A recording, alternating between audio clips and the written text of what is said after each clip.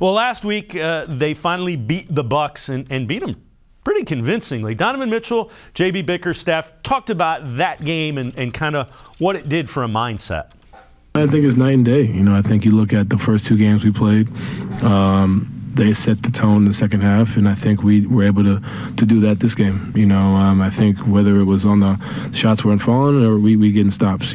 Shots are falling and we're continuously getting stops. And we gave up some different looks, but at the end of the day, how do you respond? They cut it to 8, cut it to 9 or 8. We responded right back to put it up to 18.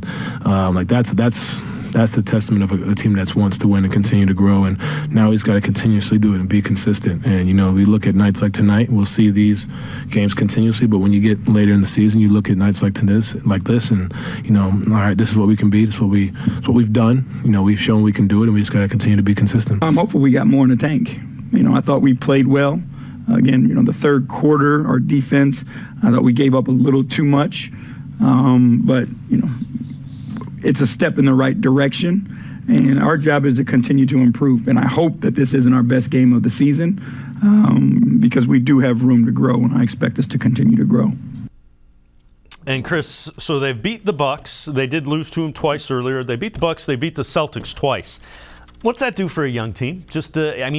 Until you do it, you always think you can do it. Now you can, as Donovan Mitchell said, they've proven they can do it. That's the thing about it, Dave. If you think about the teams that the Cavs are going to be competing with as we go down the stretch and into the playoffs, Brooklyn, Philadelphia, Boston, Milwaukee. The advantage that all of those teams have over the Cavs is that they've done it before. They've been there, they've done it. They've felt what a playoff environment is like.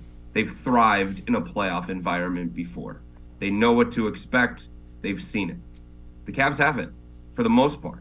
If you think about it, none of these guys except for Kevin Love has gone deep into the playoffs in their career. And many of these guys haven't even experienced the playoffs. So that's something that the Cavs can't do anything about. But when you play games against a team like Milwaukee, or you go on the road against the Boston Celtics, and you're tested in a different kind of way, and you're feeling that pressure, and Milwaukee is coming from behind and they cut the lead to 5, and you have to withstand that. You have to stand your ground. You have to find a way to come together as a team and avoid another second half collapse. That to me was what was so significant about the most recent win against the Bucks. Because the first 2 games against Milwaukee, when Milwaukee cranked it up to a different kind of level, a playoff intensity level, the Cavs could not respond. They had no answer for that. But if you think about this most recent one, when the Bucks kept coming, the Cavs responded every single time. And to me, that shows a young team that is starting to grow up. And these kinds of games, these kinds of experiences are going to be so beneficial for them in April, May, and June. There's no replicating playoff intensity, not in the regular season. We understand it's a different animal. But these kinds of things certainly help that growth process.